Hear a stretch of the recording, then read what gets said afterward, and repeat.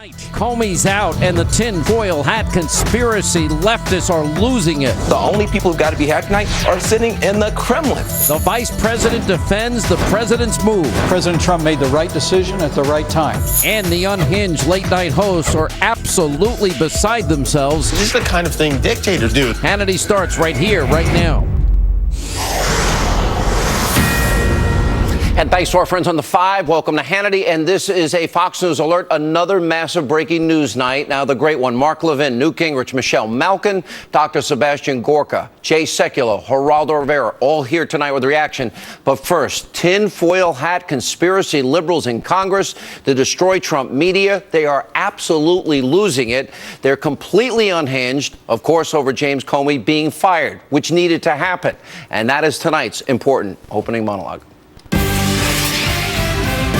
All right, so you have deranged, liberal, crackpots, they're at it again, and they're using President Trump's decision, very important decision, to fire the now former FBI director to push all kinds of brand new, completely insane, bizarre conspiracy theories.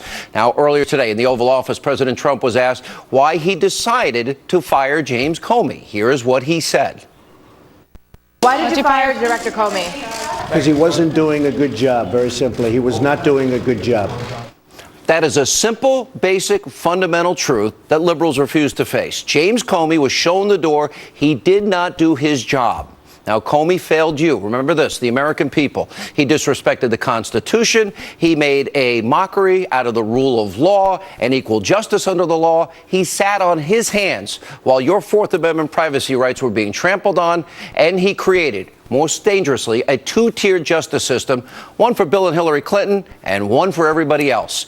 Now, that man's conduct was and is shameful and inexcusable. In fact, it's why not that long ago, Democrats were calling for Comey's head. This is the funny part. They're now suffering a massive case of selective amnesia and are feigning moral outrage. And we're going to show you examples of that stunning hypocrisy in just a second. But first, I want to highlight how facts do not matter to the left in America today.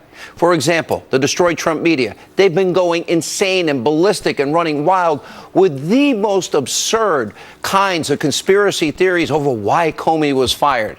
This is insanity on display, representing itself as news. What's this? It's a grotesque abuse of power by the President of the United States. This is the kind of thing that goes on in non-democracies. I have not seen anything like this since October 20th, 1973, when President Nixon fired Archibald Cox, the Watergate special prosecutor. The only winner, the only people who've got to be happy tonight are sitting in the Kremlin. This is the result of letting someone like Putin throw marbles on the stairs, banana peels on the sidewalk for American democracy, and not having the president stand up and say, you know what, I want this to stop. President Trump say America first. Tonight, President Trump put himself first. A little whiff of fascism tonight, I think it's fair to say. Absolutely. A little whiff of, I don't care about the law, I'm the boss. I do see the Romanov aspect of this administration. The people he trusts are his family members. The people that, as his bodyguard to deliver that kind of information, his body man. It's monarchical. Firing Archibald Cox was the first shovel into Richard Nixon's political grave. And it always works like that. Saturday Night Massacre, whiff of fascism, NBC News. This is beyond outrageous, but it's not surprising. Now, the liberal media, they want to destroy President Trump. They want him out of office. Now they will do and say anything to make that happen. Now, keep in mind, the destroy Trump media, they're the same people. It was proven, colluded with Hillary Rodham Clinton during her campaign. And, of course, they tried to help her win the White House. Now, they ignored the fact that Hillary Clinton, look at your screen, they broke multiple laws. Right there, you can see them. Having a private email server that contained secret, top secret, special access programs, classified information. Now, we're the only ones really in the media that told you the truth about the Clintons, while the rest of the media covered it all up and colluded. And one more thing about the destroy Trump media. They have been lying for months to the American people about this Trump, Russia, fake news talking point, and they're continuing it even still.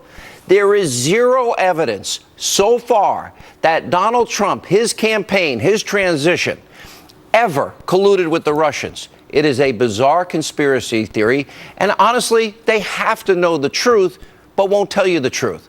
For example, the former director of national intelligence, James Clapper, has said many, many times he has seen no evidence of Russian collusion. Here's one example. Let me ask you this.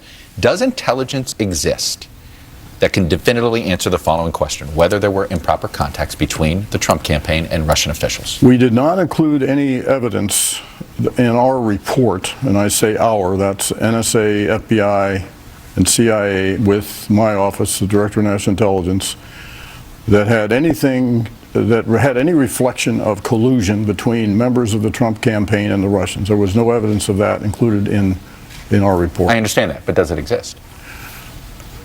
Not to my knowledge. We had no evidence of such collusion. Not to my knowledge, no evidence of collusion. And of course, you have the deranged Democrats. Now, they're pretending to be so outraged over Comey's firing and saying the most insane things. You talk about selective moral outrage. This is it on steroids. Take a look. We know Director Comey was leading an investigation in whether the Trump campaign colluded with the Russians. A serious offense. Were those investigations getting too close to home for the president? The dismissal of Director Comey establishes a very troubling pattern. We have a deeply insecure president who understands that the noose is tightening because of this Russia investigation, and that's why I believe he has let Jim Comey go. What we have now is really a looming constitutional crisis that is deadly serious. Ultimately, there may be subpoenas to the President of the United States, just as occurred in 1973, precipitating United States versus Nixon and a similar firing of a special prosecutor. Comey was not fired because of Hillary. Comey was fired because of the Russians. First of all, as you pointed out, the whole echo of Watergate is very strong here. There is absolutely no accountability with regard to this president. He basically seems to be able to do whatever he wants. And the Republicans, our Republican friends, are aiding and abetting that situation. Now, this hypocrisy coming from the Democrats is off the charts, even for their standards. Now, let me remind them all that it wasn't that very long ago, was it, when they were viciously attacking, James Comey. Let's take a look.